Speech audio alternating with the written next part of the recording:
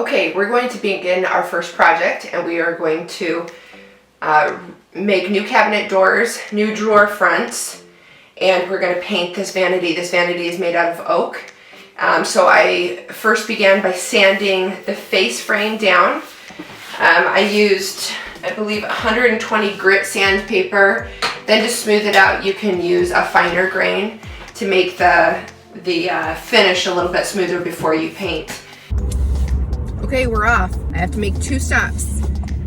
Home Depot and Menards. The reason why I'm going to the 2 different stores is this.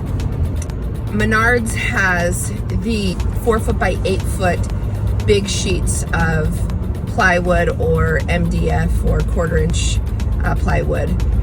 And I don't want that much for this project. So Home Depot has them in smaller sheets, more manageable sheets. That I can just quickly throw on a cart and get into the car and get her done. Okay, I am at Home Depot now.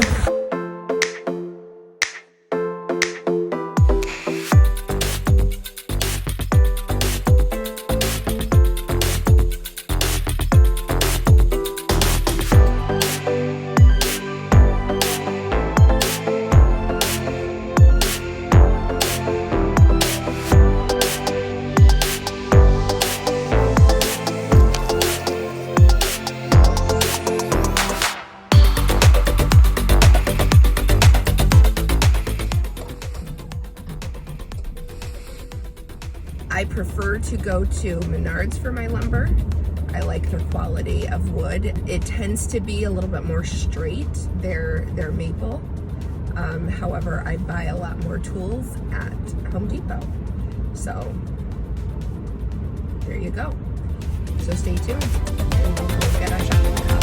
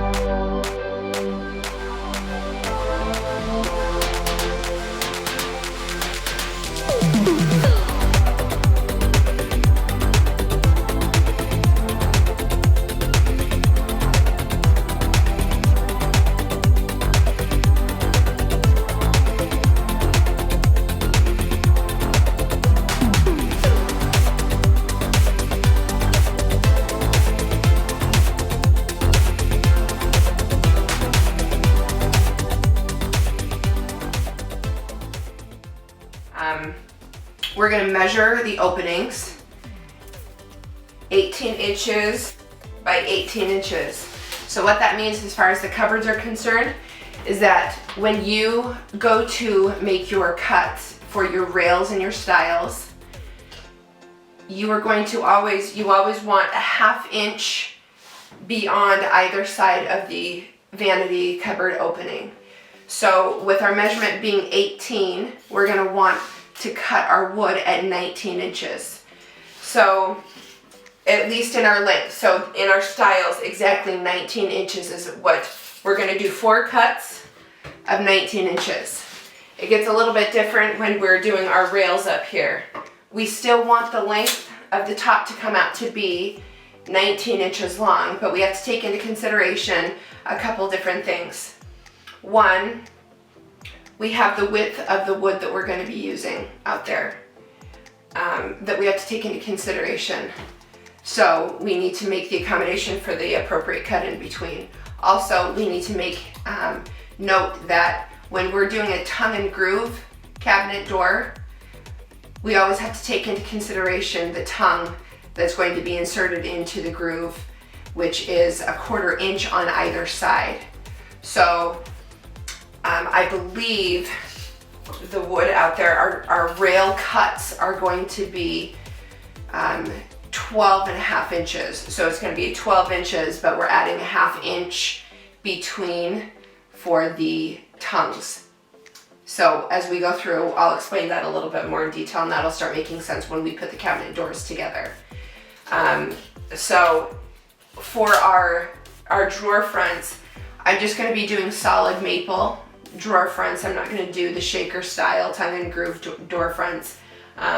They tend to be, when you're pulling on drawers, you got to be a little bit careful about the thickness of the wood that you use. So you'll notice a lot of times in kitchens or in bathrooms, they just use a solid piece of wood.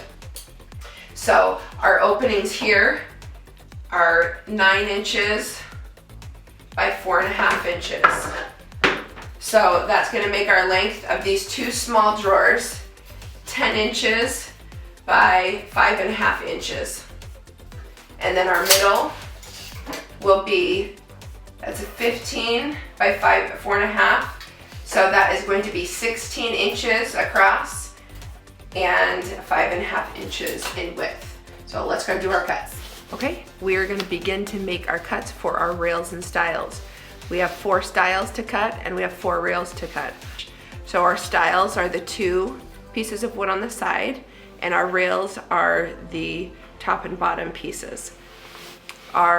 Because our cabinet opening was 18 by 18 inches, we are going to make first our stile cuts, which are going to be 19 inches long. Then we're going to make our rail cuts based on the thickness of our stiles.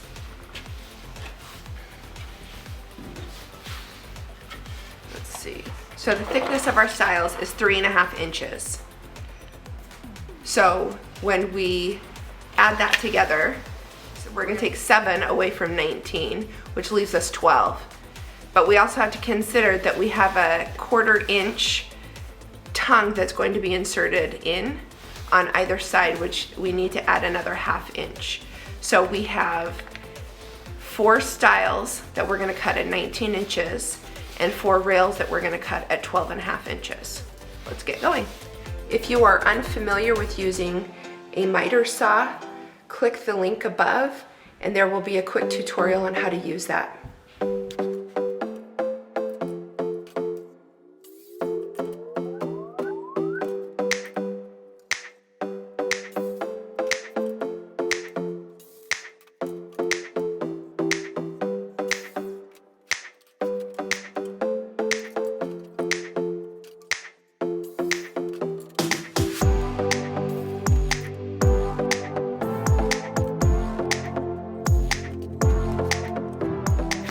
Okay, next we are going to do the grooves in our stiles and in our rails. So pay close attention because I'm going to try to get that groove as centered as I possibly can. Sometimes it's not quite accurate, but in the end it usually ends up working out. To find out how to use a routing table, click the link above. There's a small tutorial on how to use that. Okay, again, safety first. The routing table is very loud, and a lot of debris shoots up when you're using the routing table. So make sure you're using the protective gear before you start using this. I'm gonna do a test run first.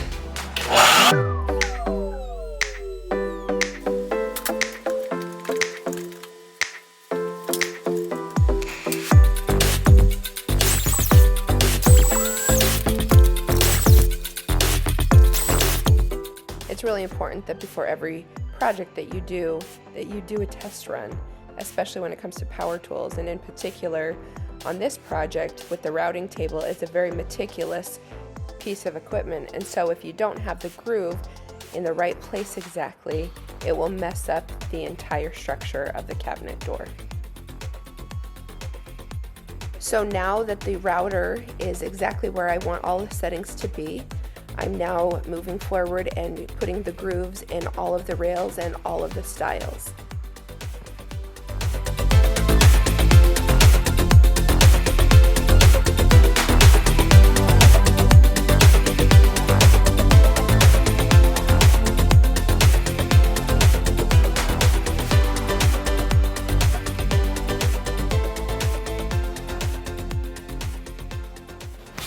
Okay, so now we're going to change the router bit. We're going to put, it had a single blade on it. Now we're going to put the double blade so that we can do the tongue. So as you see what I'm going to do here, I'm going to adjust this in the vise, and I'm going to measure it on the MDF 1/4 inch that's going to be inserted inside.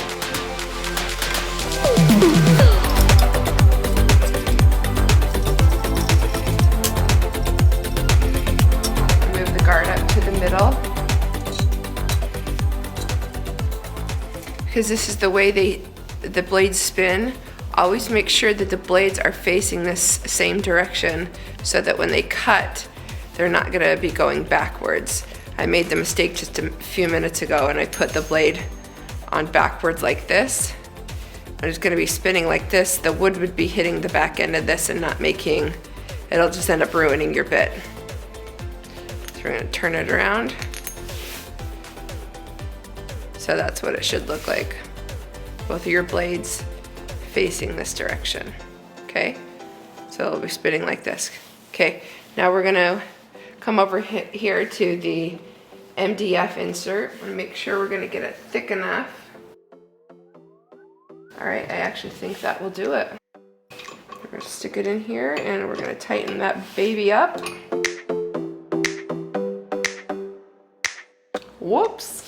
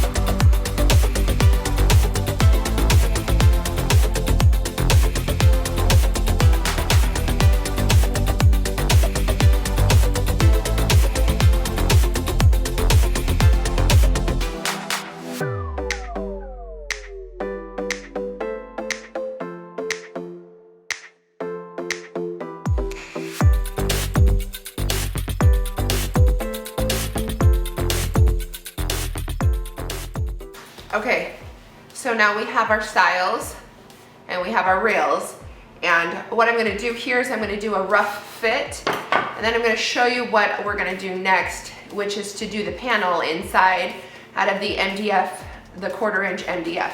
So I'm gonna put these together, I'm gonna show you what it looks like so you can kind of get an idea of what we were doing there. These are the rails, so these are the shorter ones. This is gonna go on the top and on the bottom. So if you can get a rough idea, it goes together like so.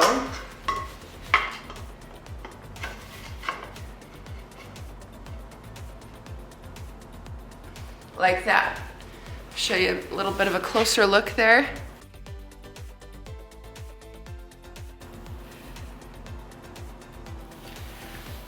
So those notches were what we were cutting that last piece. Okay, so there's one. So what we're gonna be doing is we're gonna be cutting the panel that goes inside. We'll set that over here. Put the other one together.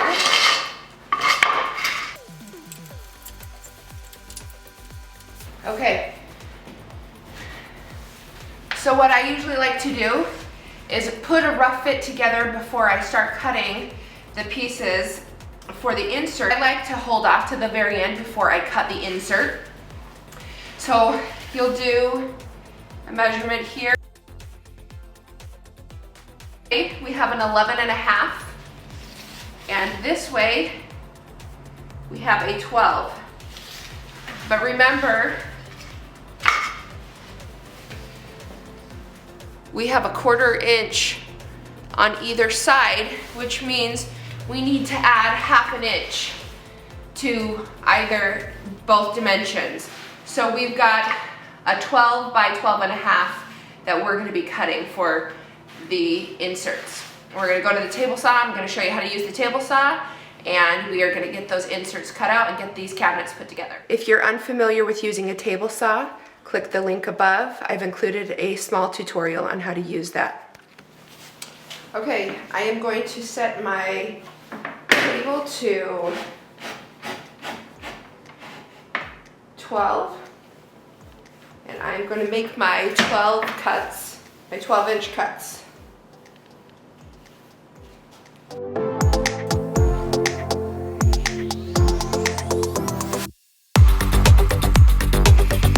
Okay, so now I'm going to do my 12.5-inch cuts. Turn the dial to 12.5, lock the guard into place.